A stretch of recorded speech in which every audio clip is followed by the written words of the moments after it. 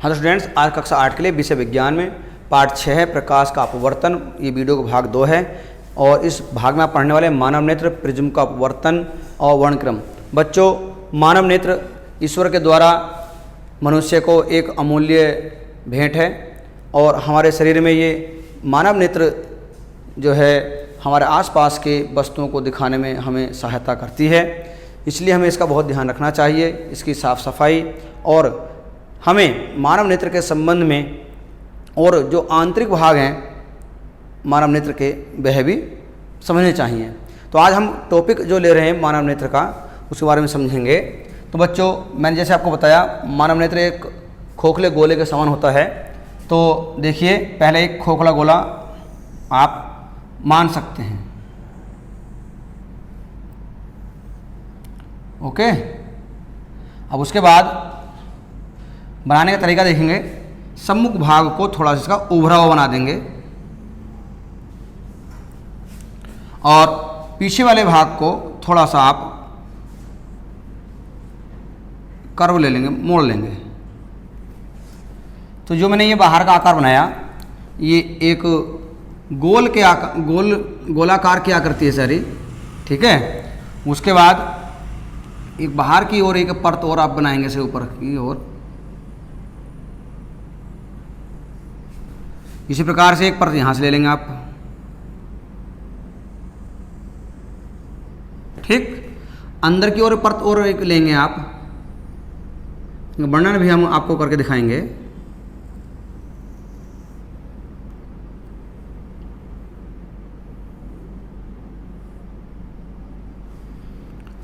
और सम्मुख भाग जो उभरा हुआ है उस पर हम जो है बाहर की ओर एक थोड़ा सा उभरा हुआ और भाग ले लेंगे और इस भाग को आप बंद करके दिखाएंगे।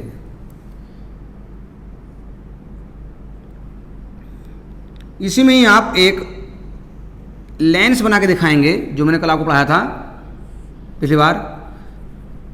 उत्तल लेंस और अवुत्तल लेंस पढ़ाए थे। मैंने आपको द्विउत्तल लेंस के बारे में बताया था कि द्विउत्तल लेंस में जो वक्र त्रिज्या होती हैं एक समान नहीं होती हैं, एक त्रिज्या कम एक ज़्यादा होती है।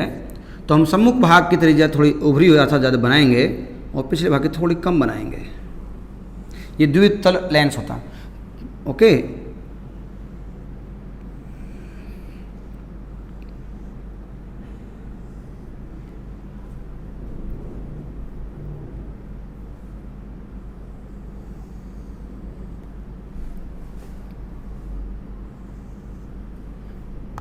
अब इनके भागों का हम लगभग वर्णन के बारे में बताएंगे आपको। इसके देखिए, मानव नेत्र एक खोखले गोले का समान होता है। मैंने आपको एक खोखला गोला बना लिया।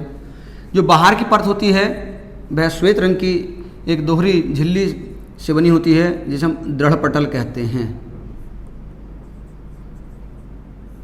ये किस काम आती है भाई? ये बाहर से चोट, धक्के या दबाव आदि को सहन करने के काम आती है। जैसे घर के चारों ओर दीवारी होती है और बाहर का कोई पशु या कोई अज्ञात व्यक्ति जल्दी प्रवेश नहीं कर सकता, उसी प्रकार से मानव नेत्र के अंदर बाहरी दाब, धक्का या और अन्य चीज़ें इस आंतरिक भाग को सुरक्षा प्रदान करती हैं। दृढ़ पटल का यही काम है। अब अंदर का जो भाग है, इसके अंदर एक परत और होती है। ये काले रंग की परत होती है और इसको बोलते हैं कोरोइड। ये कोरोइड क्या काम करती है? जब मानव नेत्र के अंदर वस्तु चलने वाली प्रकाशित किरणें नेत्र के अंदर प्रवेश करने के पश्चात चित्र बना लेती हैं। बच्चों, चित्र रेटिना पर बनता है, अब वो टॉपिक बताएंगे भी आपको। तो प्रकाश जो शेष रह जाता है या अचानक कभी तीव्र गति से प्रकाश हमारी आंखों में आवश्यकता से ज़्यादा पहुंच जाए तो उसको सोखने का जो काम करती है ये कोरोइड करती है। कोरोइड आँखों में प्रकाश के प्रति बहुत सेंसिटिव है और ये प्रकाश को एब्जॉर्ब करने का काम करती है। अंदर की जो परत आई, इस परत को हम बोलते हैं रेटिना। एक बाहर की परत हो गई, एक उससे अंदर वाली परत हो गई और एक अंदर वाली, सबसे अंदर वाली परत, इसको बोलते हैं रेटिना। रेटिना को बोलते हैं दृष्टि पटल।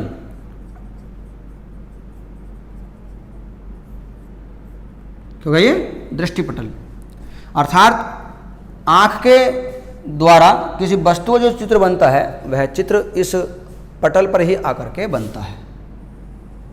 ओके, अब अगली बात करते हैं।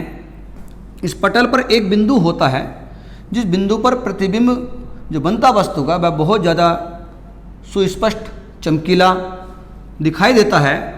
उस बिंदु को हम बोलते हैं पीत बिंदु। लगभग लेंस के पीछे इस स्थान के आसपास होता है, इसे येलो स्पॉट बोलते हैं अंग्रेजी में। अब आंख का जो सम्मुख भाग है जो उभरा हुआ होता है उसको कॉर्निया कहते हैं।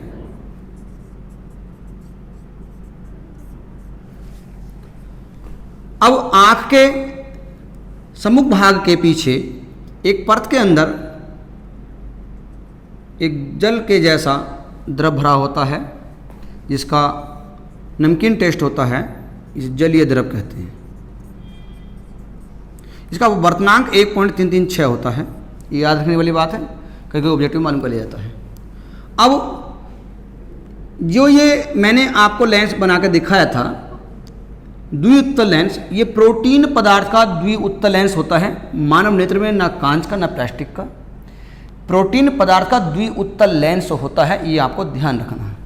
ये आपका मानव नेत्र लेंस या नेत्र लेंस के नाम से जाना जाता है। ये द्विउत्तल लेंस होता है। मैंने पिछली बार आपको बताया था, अब दोबारा बता रहा हूं। द्विउत्तल लेंस होता है जो कि प्रोटीन पदार्थ का बना होता है। अब जिस मांसपेशियों में ये लटका है, ये मांसपेशियां लेंस को लटकाने में सहायता प्रदान करती हैं। इन मांसपेशियों को आप आइरिस भी कहते हैं। इस आइरिस का फैलाव लेंस पर इस प्रकार होता है कि बीच का सम्मुख भाग छोटा सा एक तिल के समान गैप होता है, जिसे नेत्र तारा कहते हैं या पुतली कहते हैं। वस्तु से चलने वाला प्रकाश किरणें, चलने वाली प्रकाश किरणें इस नेत्र तारे से होकर लेंस से अपवर्तन के पश्चात, ध्यान रखना परावर्तन नहीं, अपवर्तन के पश्चात, अपवर्तन के पश्चात वस्तु का प्रतिबिंब रेटिना पर बनता है और रेटिना पर बना प्रतिबिंब प्रकाश तंत्रिकाओं द्वारा ग्रहण करके मस्तिष्क को जिस भाग से भेज दिया जाता है उस बिंदु को अंध बिंदु कहते हैं। और मस्तिष्क को भेजने वाली जो हेल्पफुल मीडियम है, साधन है, वो हो गया प्रकाश तंत्रिकाएं या प्रकाश सिराएं।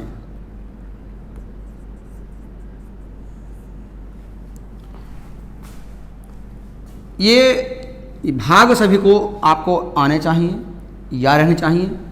इसके बीच में भी लेंस और रेटिना के बीच में एक अन्य कांच के समान चमकीला हल्के नीले रंग का द्रव भरा होता है, जो कि वस्तु से चलने वाले प्रकाश को अत्यधिक प्रकीर्णित करके वस्तु के प्रतिबिंब को स्पष्ट बनाने में बहुत ज़्यादा सहायता करता है।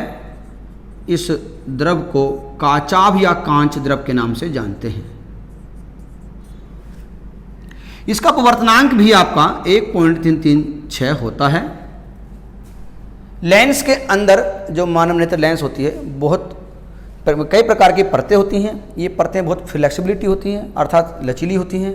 मानव नेत्र में जब तक इस लेंस की लचीलापन होता है तब तक आँख में नेत्र से संबंधित लेंस के संबंध में कोई दोष उत्पन्न नहीं होता है। नेत्र में दोष उत्पन्न होना का मतलब कहाँ से है, ये भी आपको सीखना चाहिए। जब किसी वस्तु का प्रतिबिंब नेत्र लेंस द्वारा या नेत्र के आकार के बिगड़ने के कारण या नेत्र लेंस की स्थिति बिगड़ जाए, स्थिति में चाहे उसे वक्रता त्रिज्या हो, चाहे इसका आकार हो, कैसे भी हो, या फिर नेत्र का गोलक बिगड़ जाए, इन दो मुख्य कारणों की वजह से दोष उत्पन्न होते हैं। और अन्य जो दोष हैं वे दोष जो है बहुत कम श्रेणी में उत्पन्न होते हैं। तो नेत्र दोष टॉपिक के बाद जुड़ जाएगा। मानव नेत्र के बाद नेत्र दोष जुड़ने की सब बात करते हैं। तो बात क्या करते हैं, जब किसी व्यक्ति को निकट या दूर की या दोनों ही प्रकार की, निकट की भी हो और दूर की भी, वस्तु स्पष्ट दिखाई न दे, तो उस आँख में, उस व्यक्ति की आँख में दृष्टि दोष अर्थात देखने में दोष है। ठीक, अब इस दृष्टि दोष को हम अपने सिलेबस के अनुसार पढ़ेंगे। तो आप अपने सिलेबस में निकट दृष्टि दोष, दूर दृष्टि दोष, जरा दूरदर्शिता, अबिंदुकता और वर्णांधता पढ़ेंगे। मुख्य रूप से आपको दो ही पढ़ने हैं, निकट दृष्टि दोष और दूर दृष्टि दोष। ठीक, अगली बात करते हैं हम प्रिज्म का अपवर्तन की इस टॉपिक के बाद। बच्चों,